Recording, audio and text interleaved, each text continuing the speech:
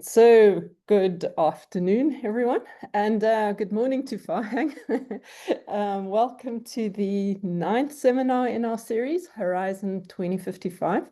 Um, I should mention that this is the last seminar for our first semester. We'll be taking quite a long break, and then we'll start up again next semester on the 1st of August. Um, I should also mention that our seminar series is part of a broader research project, a research and engagement project concerned with Horizon 2055. And a number of us here have just returned from the first of our city escapes. And this part of the project is more local, of course, and more experiential. It's a 3-day journey in and around our metro with the idea of experiencing our own spaces, often for the first time, and seeing for ourselves what is working, what isn't, and where the sustainable spaces might be found. So the idea is to trigger up some practical imaginings about how we're actually going to be living right here in this space in 2055. So one thing we can be very sure of is that we will be living not just with that seemingly kind of infinite field of gigantic robots that we saw in the VW factory, which was actually a very disturbing experience, but maybe even more disturbing. We will certainly be living with the integration of AI into even the smallest, most intimate spaces of our lives, maybe into our very brain matter, along with all those bloody microplastics. Or at least AI is going to be deeply integrated into our thinking processes. So as Farhang mentions, artificial intelligence is no neutral tool. So we can't afford to just wander along blindly into 2055. We need to get to know this new beast, and we need to get to know it well. We need to know what wonderful things it can do for us, but we also need to know where the dangers lie. So I'm very happy to introduce you to Dr. Farhang Erfani. He's a philosophy professor at American University in Washington. Washington, D.C., first focusing on political thought, continental philosophy, and post-colonial theory. Farhang and I go back very far, beyond 20 years. We've just worked out. We were students together in Philadelphia. And right now he is concentrating on how AI functions ideologically. And well, I'm very glad to say, in the name of complexity, that he'll also explore some maybe unexpected or ambiguous or potentially emancipatory aspects of AI. So Farhang, thanks so much for chatting to us today. I'm really looking forward to your presentation, and I'll hand over to you. Thank you so much, Andrew. Thank you for having me. It was over 20 years ago that I came to Port Elizabeth and just gave a sort of a mini lecture course on God. It was one of the highlights of my life. Such a beautiful place, beautiful people. So as I was preparing for this talk on AI, it made me appreciate that when I proposed this topic until now, I became a lot less optimistic. Initially, I was looking a lot more into the balance of ideology and the hopeful aspect, the emancipatory aspect, the utopian aspect of it. And I have been studying ideology forever and AI for the last year and a half. And it just keeps getting grim, more and more grim. But let me first situate in this conversation a little bit, and in terms of especially the relevance of it in the long run of how we have to consider AI, because as Andrea said, it's going to be everywhere. What we have still now is AI is not immediately available yet. And by immediate, I mean quite literally. In a sense, when something is immediate, it means that you don't see the mediation part. You don't see the medium, the media part of it, because it's all so quick, so nearby, that the medium disappears. When you have AI still mediated, to me, it means that there is a gap between us and AI. AI is something that still has to come in through a medium. A lot of it right now is through our screens. A lot of it is through our use of the internet. But of course, it keeps growing and it keeps expanding. The more immediate it becomes, the harder it becomes to assess it, the harder it becomes to think of it as a medium. Because even when it feels immediate, it's still a mediation that's happening. And if we have to deal with its consequences, we have to meet it where it's at, which is the medium part of it. So my talk here is about different ideological function of language. And by language, here I mean the large language models, LLMs, or let's say ChatGPT and the types. And let me first explain, maybe with the anecdote of why I came to this topic. I'm generally a technophile and an early adopter and all of that. And I didn't immediately jump on AI because I had this sense of, oh God, this is so big, it's gonna consume all my thinking. And of course it did once I started looking into it. And my earliest encounters with it were kind of naive, actually, because I had no idea what to expect. So here we go. Let me show you this. Notice the title did not just a language model, and it should become clear just in a moment why.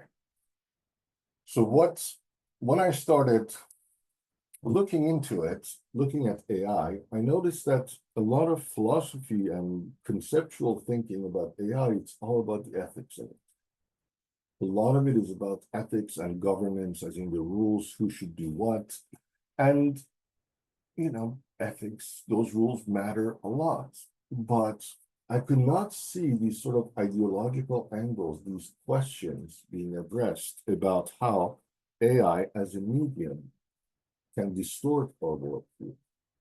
Because when ideology would be mentioned, it was always in the simplistic term of, well, there could be ideological bias of somebody having a political opinion or trying to impose and whatnot.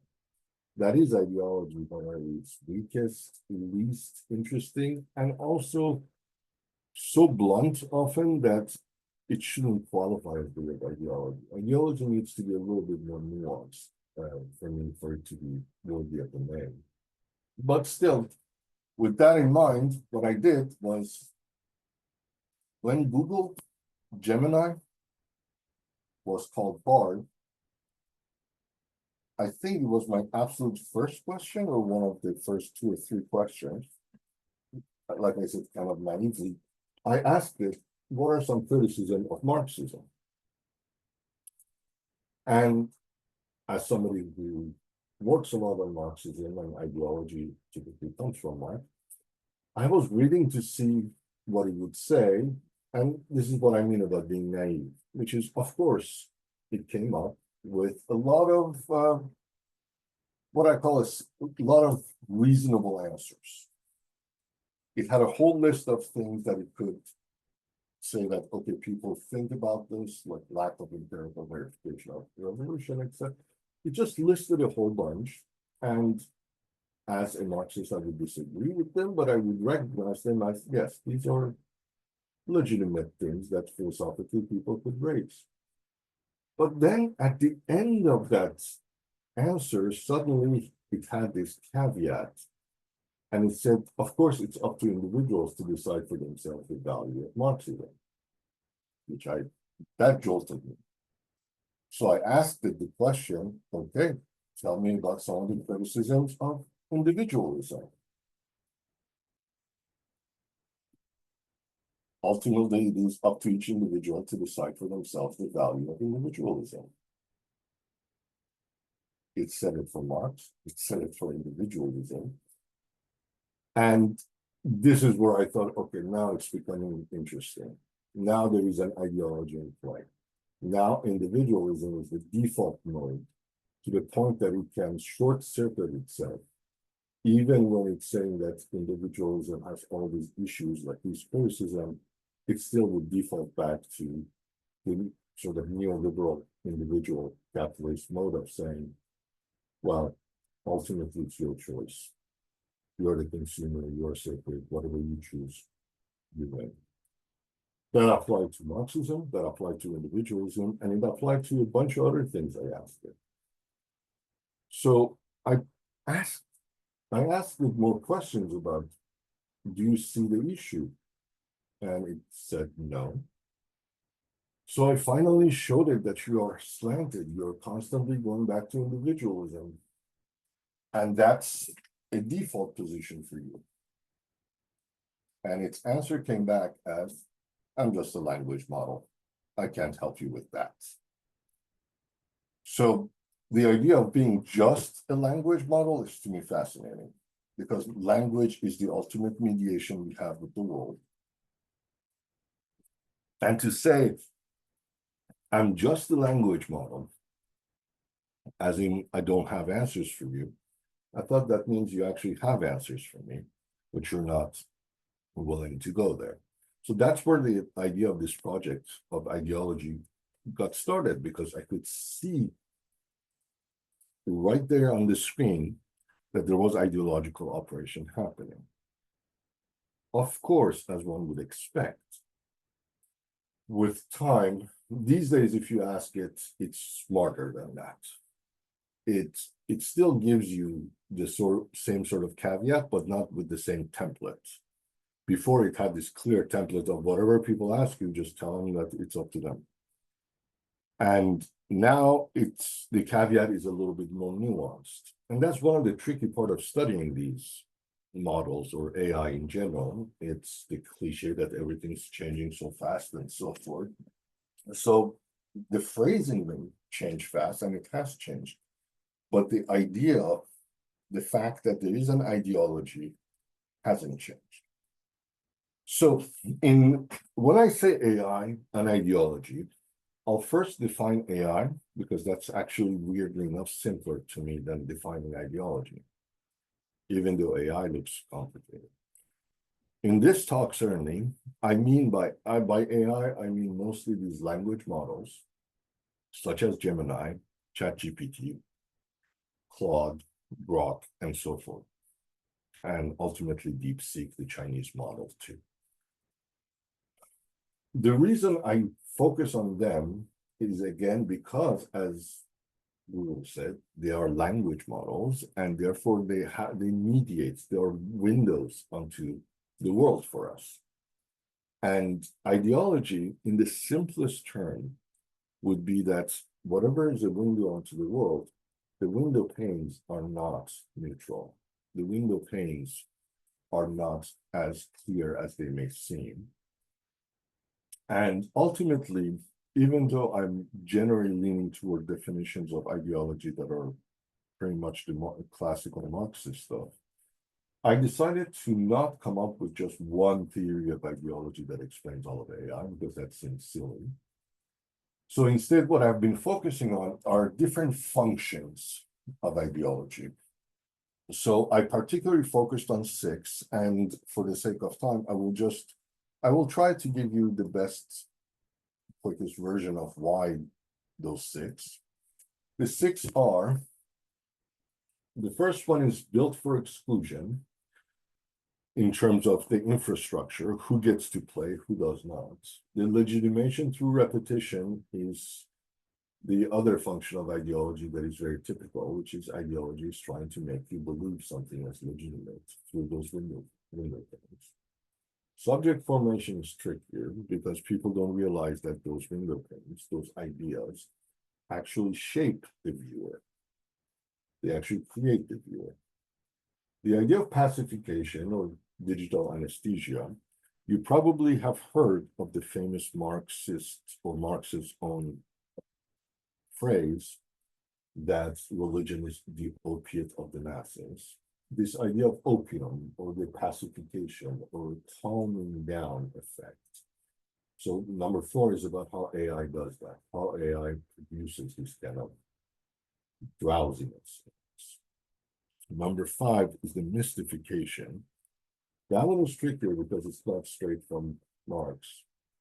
But I'm interested in the way that the window itself, once you start looking into it, it's actually not all that transparent. In fact, the opposite, it's quite opaque and doesn't let us in into it.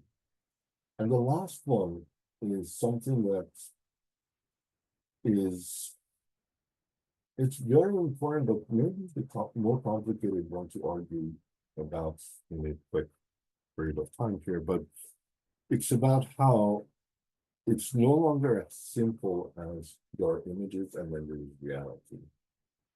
Because the more this medium becomes in the media, the more the spectacle is no longer an outside thing, but like spectacles or with glasses. We are getting into the territory where the images have a reality by themselves. They're not just images of something else. They stand by themselves, and that becomes very complicated. And then, in the conclusion, I want to talk about some of the basic ways that we can talk about how this happens, or how we can start resisting it. So let me talk first about the function one, which is the built for exclusion. If you see the word GAFAM here, it's an acronym. It's basically for all the big tech. It's Google, Apple, Facebook, which is now Meta, Microsoft, so Amazon. So I want to start with GAFAM because the most basic theory of ideology that we have came from Marx, who said, and I paraphrase a little bit, that the ruling ideas of the time, meaning the ideas that are dominating, the ruling ideas of the time are the ideas of the ruling class. So that basically the elite's ideas become the default idea for everyone. Everybody else has to see the world through those lenses. And that's a fairly standard Marxist view. And once we say that, people immediately start focusing on, okay, so what are the elite's views that are there? But I want to first pay attention to the infrastructure to show you that even before a single mediation of language comes through any of these AI, the way they have been built already by itself shows that it is serving a particular class of elites that have nothing to do with the rest of us. What we are is incidentally part of it, but not directly. So here's what I mean by that. The GAFAM model, these dominant models, they are built in a private sector infrastructure using a level of computing that is absolutely out of reach of the rest of society, American or elsewhere. It means that for the moment, AI basically only happens through the medium, through the hands of extremely rich corporations.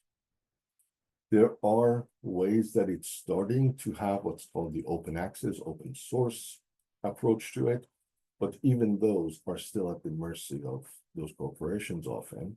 And at least if you want them to know things, to have trained ideas, then you definitely depend on them. One of the most immediate thing that was so obvious that these things are not operating by normal rules because they're monopolies and they get away with whatever they want, is that apparently most of them, and at least Facebook has been caught, and OpenAI of ChatGPT has been caught using the so-called pirated books on the internet. They have been caught using up to 7 million books. When you think about it, a single individual, if caught downloading one digital item that they don't own, they could face fines. They could even, depending on the importance of it, they could charge even face criminal charges just for a single item. And yet these guys, mercilessly and shamelessly, they just used all the books that are available online for free. And in their defense in court, they argued that those things don't have that much of a value anyway, which is shocking, but they said it. But what's interesting is that DeepSeek came along, that Chinese model, and that was less than 6 months ago. And immediately people started fussing about it. All the big AI corporations of the West started fussing about how DeepSeek is not a good thing, because they wouldn't say that it's threatening our monopoly, but they keep pointing out that it's in the hands of the Chinese government, therefore it is dangerous. That's the current ideological assumption, is that if it's owned by the state, it's always bad. But if it's owned by corporations, even 5 of them, who control everything and you don't have access to it, then the default is that that's good. And more importantly, they started saying that the future of AI is so-called democratic AI versus totalitarian AI, and there is no middle ground. And that's amazing that they call it democratic AI when it's their own stuff, because there's nothing democratic about it. The people don't have a say in it. We don't have access to the data. They use it. They use public resources, including illegal material, to train their AI. But then if it was democratic, then we should have access to it. And most of it is hidden behind subscription. There's nothing democratic about it, but this discourse exists. And the way people keep pointing their finger at DeepSeek was, well, notice that DeepSeek, if you ask it hard questions about, or not even hard, basic questions about the Chinese government, such as the Tiananmen Square or the status of Taiwan and so forth, it immediately shuts you down, which is true, it does. So the word ideology surfaced suddenly, and it was about how DeepSeek is ideological. But to me, again, that's not a very good sense of ideology, because DeepSeek is very blunt about it, and it's using a very specific set of ideas that it censors. But as you saw with the example of Google, there's clearly a different form of soft, not censorship, but ideological manipulation. And also, one of the, maybe at this point cliche, but it's alarming nonetheless, if AI was built for the people, for democracy, for the future of humanity, it wouldn't be built the way it is now.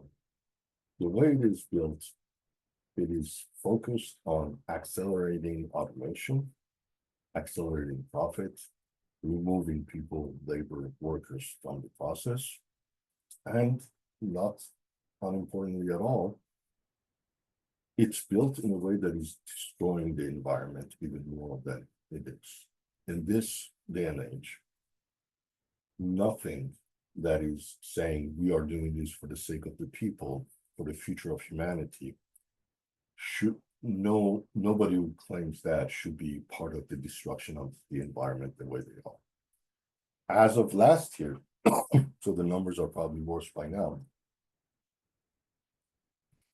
the estimate is that the basic 5 GAFAM AI dominators, what they consume in terms of electricity is the equivalent of the country of Switzerland. Just the entire country, the electricity use of it, those 5 entities use it to power AI. And I don't care if maybe even by miracle, tomorrow they could say that, okay, by now we have reduced our electricity use to bare minimum. which is not going to happen overnight. By the time they come up maybe with it, they would have already probably ballooned to the size of EU or more than that in terms of electricity use. It'll be very much like the industrial world, the industrial countries that got ahead through industrialization that destroyed the environment. And then afterward, they felt bad about it and started talking about how we need to take care of the environment. It's going to be the same thing one more time. They're destroying the environment to get ahead. And then when they are solidly done with their methods, they're going to feel bad. They're going to have corporate philanthropy and ways that they're going to try to take care of this. So again, if it was for the people, it wouldn't be like this. Now, the second one was ideology as legitimation, which is basically how ideology brings a sense of legitimacy to the ideas of the ruling class. Now, I need to make a very quick comparison here. When we talk about the ideas of the elite or the perspective of the elite, people sometimes tend to think of it either in terms of conspiracies, as if the 5 CEOs of these corporations meet at night under candlelight and they decide on a set of ideas only that they agree on. No, that's not ideology at all. That's the conspiracy aspect. And ideology also does not mean that it has itself come up with a set of coherent ideas to decide, to defend. You saw it with individualism. It has contradictions in it. But the way ideology works is that it reconciles contradictions in a way that still favors the status quo. It still favors the way power exists. So how does it manifest itself when it comes to, well, AI reflecting the status quo these days? It doesn't have to be even that complicated. There are things it does that are just absolutely baffling. A lot of studies are coming out showing that it's constantly repeating the same slanted view of the world as it exists, because they are trained to mirror us. They are mirroring, they are repeating, and they are in fact expanding the same biased angles we have. So it's never entirely neutral. In fact, as simple as when it comes to giving all the CVs of people applying for a job, asking AI, hey, we got 500 applications, we can go through this. Look at these CVs and give us the best ones.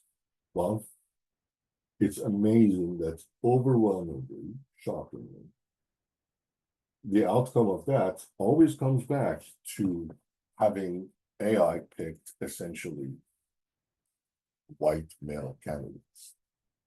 It overwhelmingly rejects female candidates, and its reasoning is that they are not exactly the right fit for the job, even though the job could perfectly be that. So if there is already a patriarchal lens to the world, and AI is mirroring our lens, so not only it mirrors that, it repeats that, but because it does it under the guise of just a supercomputer that's being rational, that it doesn't have a bias, it's in fact here to help, it's dangerous because it's going to keep repeating the same biases, the same patterns. And we're going to have to say, okay, so I guess what you do, it's not just that we are biased, but when the neutral machine looks at it, it comes up with the same thing. A lot of the dangerous things that are happening with it is with policing, especially predictive tools, which is when they use AI to determine who's likely to commit crimes next. Sort of Minority Report, if you've seen that movie. And the way it keeps flagging people is reproducing the same biases that police already has. Because the way it studies things is it studies the way We do things, and it tries to repeat it. And in that sense, it's quite dangerous. So the third function, sorry, I'm going fast, but I need to make sure I get through these, is the one that I call the subject formation. That one is more interesting because the first one was about how rich people own everything of AI. The second one was how rich people's perspectives, the current status quo, the current society's arrangements, perspectives are reflected back through AI.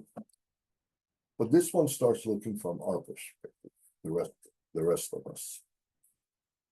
And the way the rest of us are, there is a very fine line in when we talk about a subject as a person and subject as subjugated person. And this is something that's in the Marxist ideological analysis people are always interested in, which is, are you just a subject, a human with agency, or are you a subject because you are created, you are dependent, you are part of a power dynamic in which you play a role? And when you say, I am someone, I am a subject, you are that, you are dependent on those processes. And AI does that. AI, not only, this is the part that everybody sort of knows about, is that AI brings the world to you, but in a different way that's even more dangerous than before. This is just the technical term of it is Althusserian interpolation. But the basic idea is that if to be a subject of a system or to be subjugated in a system, to be a subject of patriarchy means that you reproduce patriarchy. You are a self that operates in patriarchy in a way that you see the world through the lens of the status quo, which favors man and doesn't favor woman. So when you are a subject of that, you're constantly reproducing that because it's been told to, it's been given to you. But previously, this given to us used to be this generic thing of you have to inherit, for instance, patriarchy. But now that AI comes to us in the most personalized, this is where it gets very tricky. Because you know, everybody knows that the algorithms, so forth, they adapt to you and they make you feel like the world revolves around you. But in fact, what they do is that they let you back into the world, but in a way that addressed you very personally. It managed to bring back the same ideas to you, but tailored to you in a way that is absolutely built for you. The fourth function, sorry. The fourth function that I discussed in my research is that opiate of the masses part that I mentioned. It's the pacification. In this, I have the thing called the AI companions. And I don't know if you guys are familiar with things like replica. That's one of the examples of AI companion. But frankly, myself, I struggle a lot with those AI companions, even to try to research it. Because AI companions, ideological pacification means that the way the world is mediated to us numbs us. The opiate of the masses, in a way that it allows you to live with your misery, live with your life in a way that it's affirmed back to you, confirmed for you, and it doesn't push you to change it. It doesn't help, it doesn't push you to think beyond the basic status quo premises. You saw it with individualism again at the outset.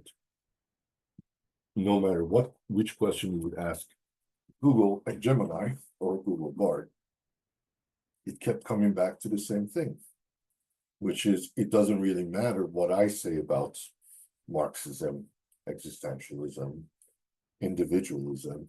It's always up to you, the individual, to decide. Well, in that, again, you see the pacification, which is that if individualism is the status quo, if this model of consumerism and radical individualism that people don't care about anything else than what they want is the dominant model, even when you try to find out about other ideas, say Marxism, it tells you that great question you have. I love that you're talking about Marxism because you are doing it right. It's constantly bringing you back to you. And the AI companions are actually a different phenomenon. And the user base is close to 500 million people across the main. What those are is that AI companions, it's like ChatGPT and so forth, but with a personality, with a distinct personality that you can either build, or there are thousands of ones that other people have built and some templates of their own. Some of the most popular ones are submissive girlfriends. What that means is that if you use AI as a companion like that in replica, it means that there is somebody in there that is assuming the position of, say, submissive girlfriend, who will listen to you, however, whatever you say, and stays with you throughout the day, asks you about your day, remembers what you did, remembers what you want, and constantly is your companion throughout the day. And that one, the growth in it, and it's slanted, very, very heavily slanted toward younger generation, more so than even TikTok evidence. And it's giving people a artificial companion that they can't make in real life, because nobody in real life is going to be a one-way street submissive fully to you. There are people who call their AI companions their best friends. It's not just disturbing that people would do that, but it's also philosophically inaccurate. You can have a friend who does everything for you, but not once do you do something for them. That wouldn't be a friendship. If ChatGPT were my friend, there is no moment where I open the app and ChatGPT is there, and I would say, what's wrong? If ChatGPT is down or if it's overwhelmed, I couldn't say, what can I do for you to help you? No. It gives the impression that there is a two-way street because you're talking to a simulated artificial humanoid, but in fact, it comes back constantly to you, and it makes you the center of the world. And it makes you so numb to the rest of the world because this artificial bubble is so much more calming because it constantly reaffirms you. For philosophical, those familiar with philosophy, one of the other examples I use here is the Habermas machine. Habermas is still alive, a contemporary philosopher. Basically, it's the most kind of rational centrism you can come up with. It's not at all very radical as leads there. And some researchers tried to create a Habermas AI, Habermas machine, they called it, which was trying to make sure that people would have conversation with it, or deliberation, to use Habermas's own term. And the process of deliberation would repeatedly bring them back to centrist, reasonable perspective, which means, again, centrism is always a reaffirmation of the center, the way things are, and it's not going to the right or left very far. And when they bring even philosophy as a companion to pacify you, it becomes quite dangerous. I want to talk briefly. I won't even get into the sixth. Let me talk about the fifth one. The fifth one is the one that is actually fascinating more and more. I call it the ear of the oracle. The ear of the oracle, it's sort of playing off of what Derrida called the ear of the other. The ear of the oracle has two senses here, an oracle here being the machine. The ear of the oracle, the first type is the one that you don't want its ear, you don't want it to listen. And then the second type is the one that you do want it to listen. So let me talk about the algorithmic paranoia as one of the terms that's come up. It's a very important phenomenon and we experience it. I've been fascinated that for years, a lot of people talk about their phones, I do it too, in a way that sounds insane. As in, oh, they're always listening. Oh, they know. They have been spying on us. Well, it's up to those companies to admit to it, which they never do. And even if it's true that they never listen, the reason we are led to a new form of ideological panic, or this is what I call the algorithmic or the artificial paranoia, is that because artificial intelligence is hidden behind corporate doors, paywalls, opaque systems, we just will never know. It's as if we are back to the old days where we just didn't know things, so we had to trust a higher power, the gods and the phenomena of the world, as in we were disarmed because we couldn't make sense of the world. And AI is bringing that same kind of opacity. The world is not accessible. So one way is to be skeptical of it, which is not unreasonable, but at the same time, we do use it. And then it's the other side of the oracle, which is dangerous, which is when AI is being used by a lot of people, including, again, hiring processes. We are treating it as if its super intelligence meant that it is superior to our judgments by a lot. So what AI does these days, either people are paranoid about it, and then there's the other extreme where people trust it completely. And it's not just the ordinary kind of trust. I don't know if you know this, there is Astro GPT and a whole environment of what's called astrology AI, which is basically AI that is built to help you do astrology all day long. That's really worse than even reading astrology. It's because you're trusting the machine to read it for you and to decipher it for you. They are the same ones that people trust a lot these days that are increasingly problematic. One of them is called Riz, R-I-Z-Z, Riz GPT, which is to give you coaching advice as to how you should behave when you are going out there on dates. It's quite creepy. But let me skip to just, so how have people tried, or how should we try to resist this? Well, it's grim. It's really grim. But the first one, there are three paths that I want to emphasize. The first one is reclaiming the infrastructure, because there are ways. There are more and more abilities to decentralize this, because AI right now is centralized. One of the most important aspects of the future is to make sure that if AI is going to be everywhere, it is not centralized in the hand of private corporations only.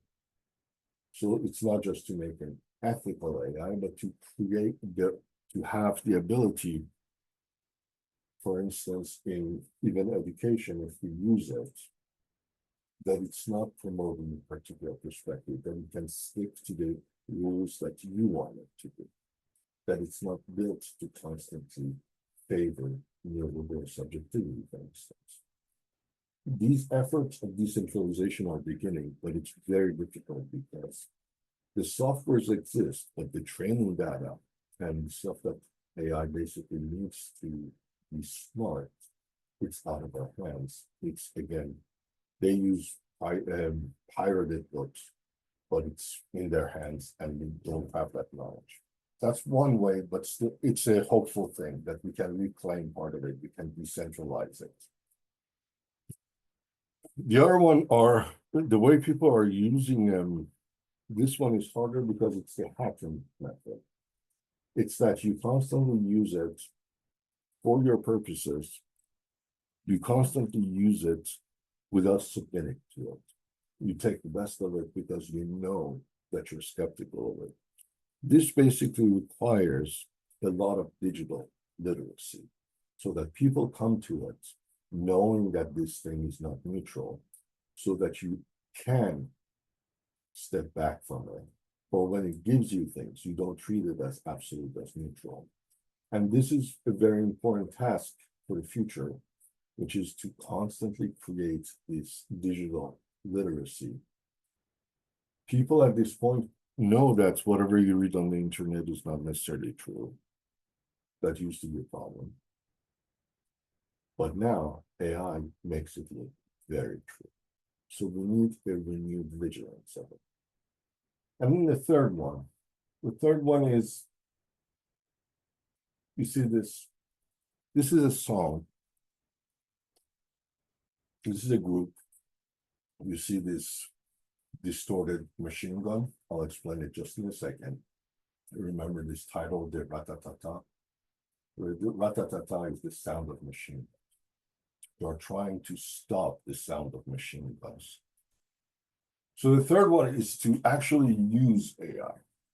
Use it in a way that it's productive because you're using the medium to convey other things. You're creating spaces of innovation using AI instead of being used by AI. And one of the models, if the conversation with Google was the starting point or the sad point of this for me, this was one of the most beautiful points possible.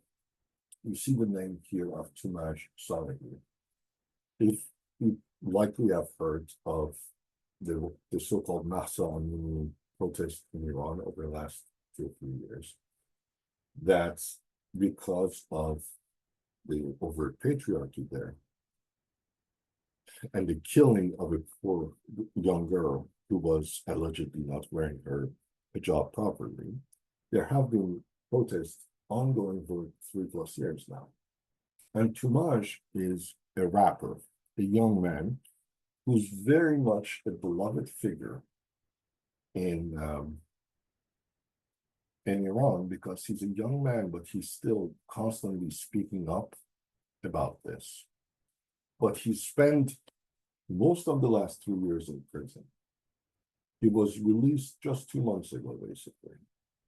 But in all of 2024, he was condemned to death for basically singing in support of the woman in Iran. And there was an international campaign to try to put pressure on the Iranian government to not dare touch him. So not only not killing, but eventually releasing, and it worked. And part of this campaign, there were a lot of interesting uses of AI, and that includes this song. I ran into this song not knowing even, because the song on Spotify, it said that it features Tumaj, and it said it's from 2024 when he was in prison. So I clicked on it wondering, okay, is it late editing that made it 2024? What is it? And then he started singing in it, and it's an Italian group. And his singing was perfect Italian. And I thought, how's that possible? I didn't know he spoke Italian. No, what they did is that this song, which is denouncing violence and stopping the ratatata, the sound of weapons, they actually, with his permission and his family's permission, they used AI to bring him into the song And he's officially credited as one of the singers, even though he was in prison and he didn't sing it. And that's a baffling use of AI, but also in a kind of an interesting way. So let me just show you one scene of it only, and then I promise I'm done talking. So this is the song, and this is one of the videos of people in the street singing it in Farhang.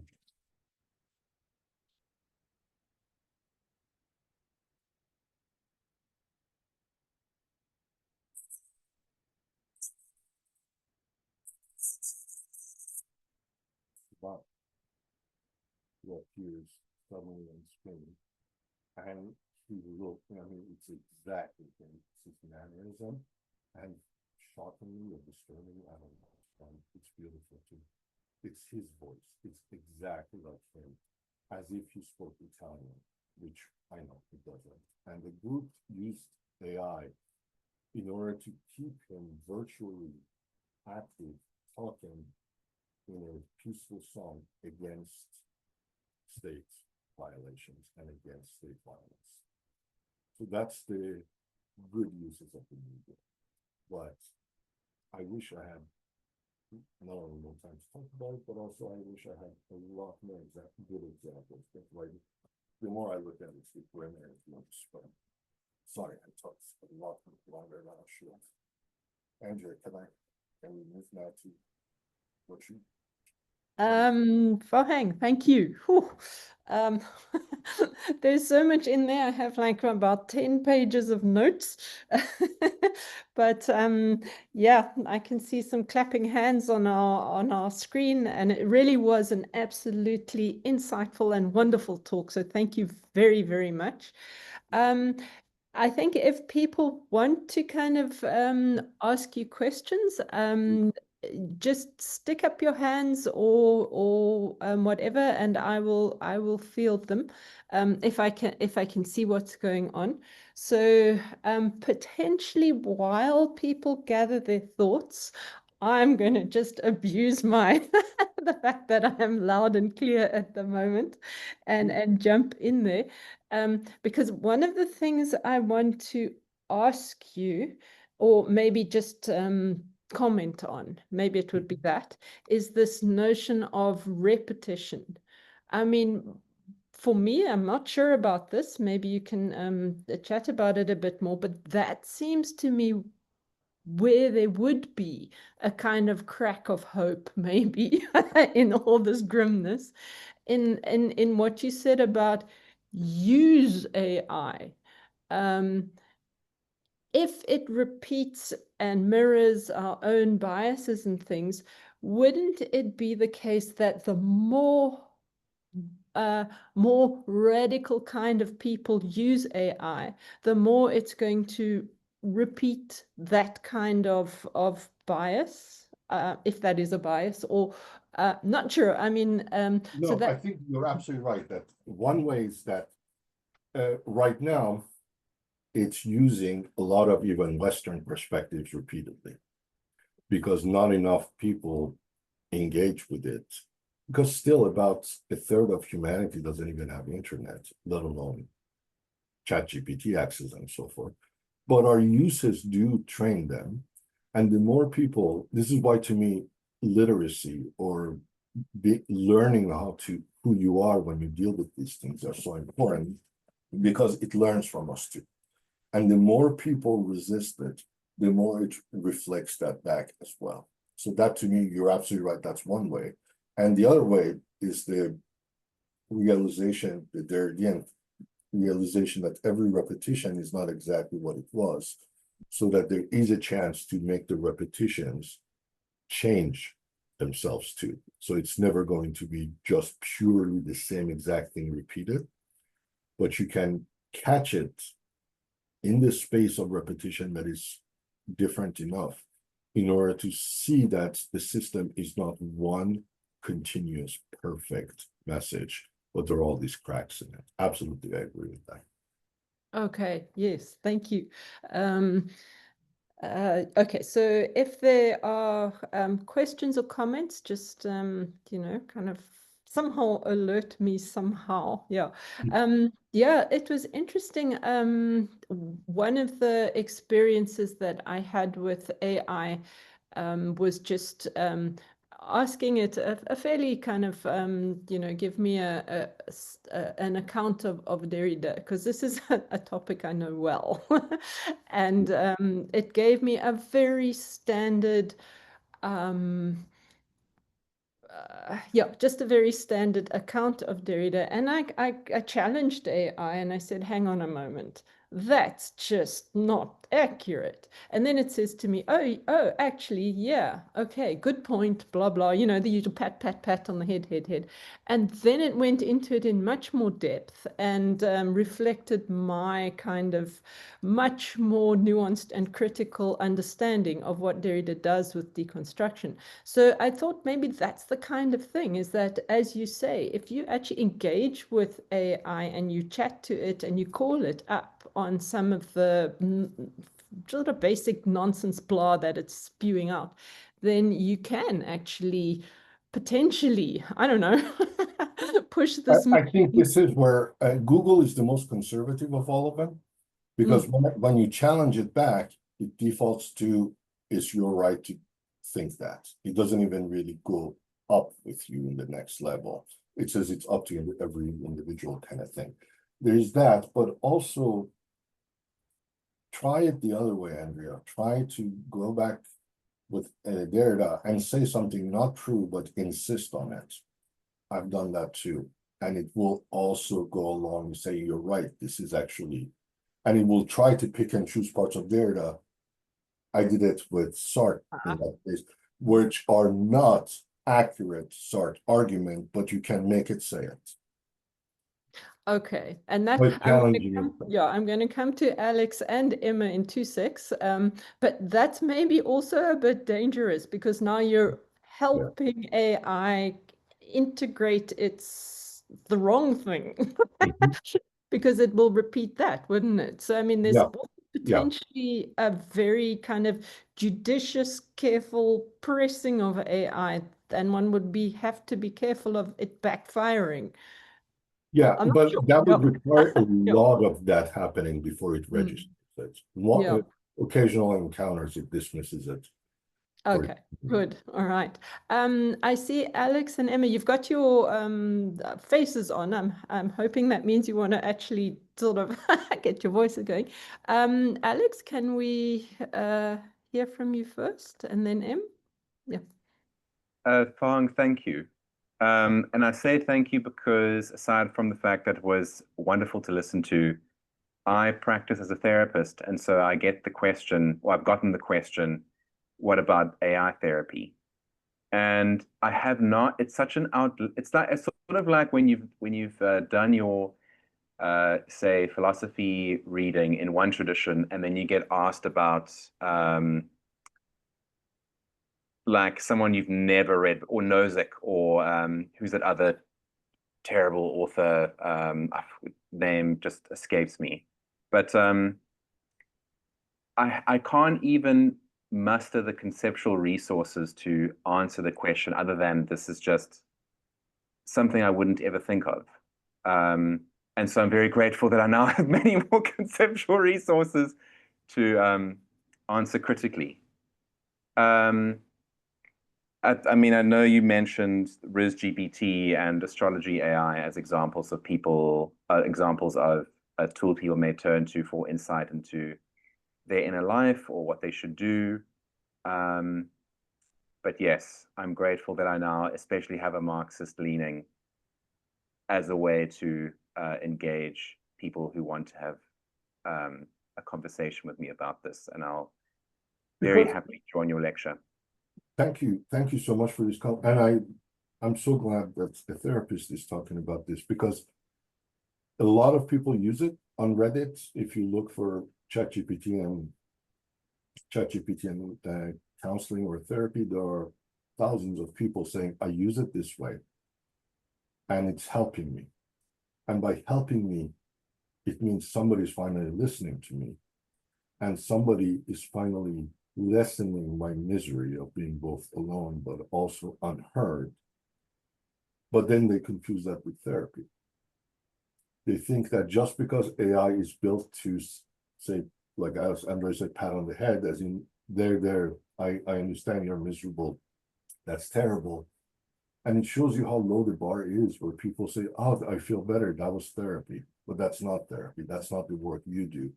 And none of the AI pretend right now to be counselors. But effectively, you can push them to start behaving like it. You say, I know you're not a counselor, but I feel bad because of this thing happening. And then you can basically engage with it like a counselor. But people confuse it because it's, again, built to numb you. And the numbing is not therapy. That's how I would see it. Yes, thank you. And I also think it's one of the people who I really respect, someone called Judith Herman, who wrote a really excellent book on trauma. She was the person who sort of changed our ideas of trauma as something that only happens war to something that can happen at home. Really important scholar who then had a horrible injury and then didn't write for another few decades, and then has just published another book. But in between, you had Bessel van der Kolk take up the space on trauma with his book. But Herman has a much more, maybe to use this word poorly, political lens, because the kinds of people that she works with have suffered incest or sexual abuse, which is terrible, terrible, terrible, terrible. Yeah. And for her, the dance of therapy and where it heals is that you, however long it takes, cultivate trust with someone, and then the work happens. Then the grieving comes. Then whatever comes through. And how part of a further step of the healing is to actually get involved in political action. Why what happened to them was unacceptable.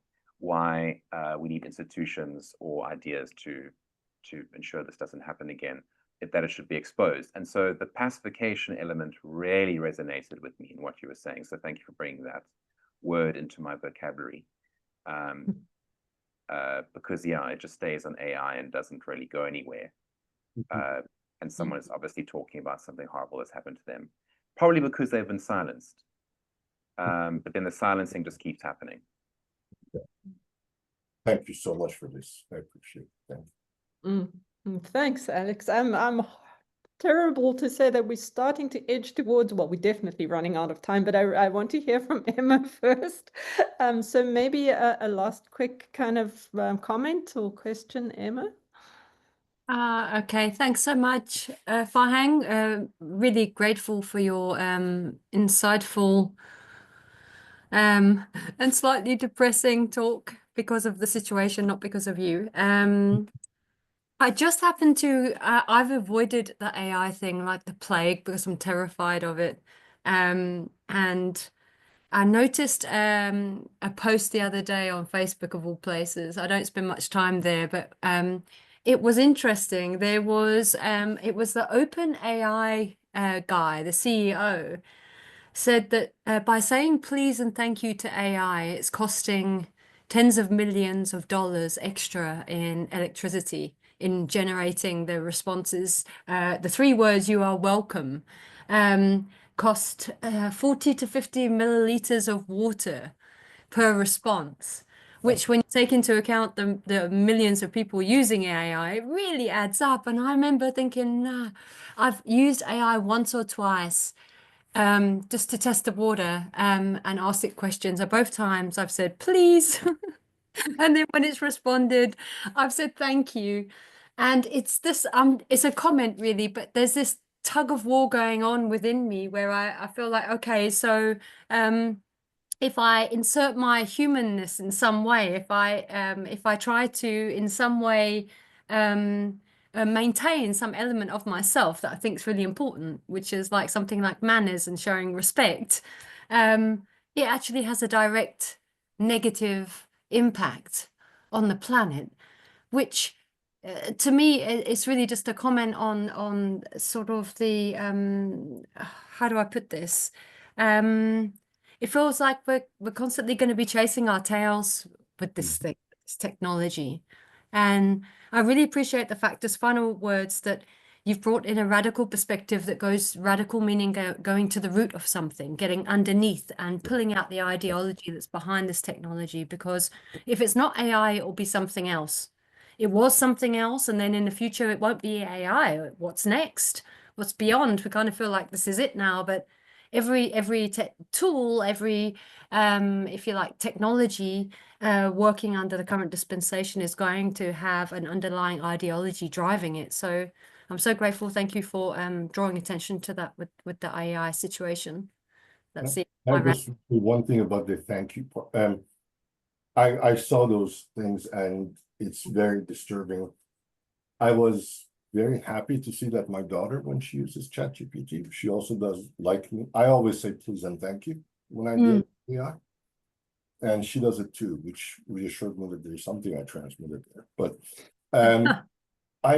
I do it constantly. And I feel that environmental issue, but that's not on us. It's them, their systems doing this. Yeah. The reason I think I do it, at least, and I've been researching more and more this issue of being grateful to AI, but most of it is still not addressing this issue.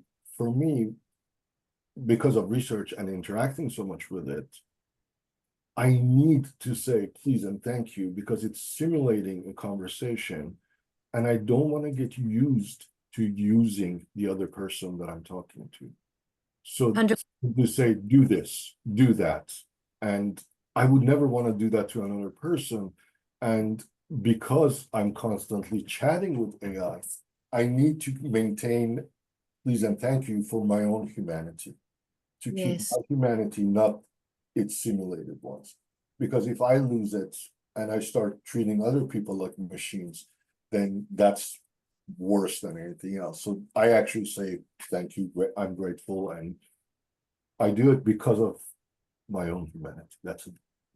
But just to interject there, Farhang and Emma, this is not another human. No, So that's why I'm saying that I know it's not another human, but but it simulates it so well. I don't want to when somebody texts me, I don't want to text back in the same dry manner as if I'm ordering the other person the way one could do it with AI. So for me, it's keeping my humanity from AI, not thinking that it has humanity. Because Same. if I let it become this sort of submissive machine and I talk to it, it's gonna seep into my conversational habits, and I don't want that.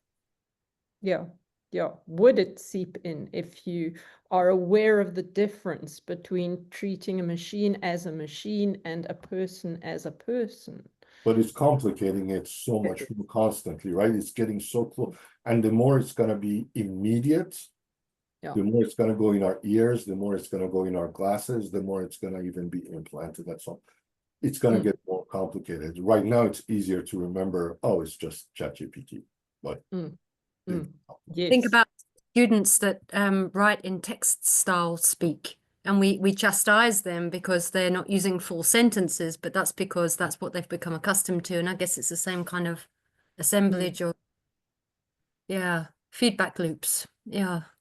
thank you. Thanks so much. My All pleasure. right.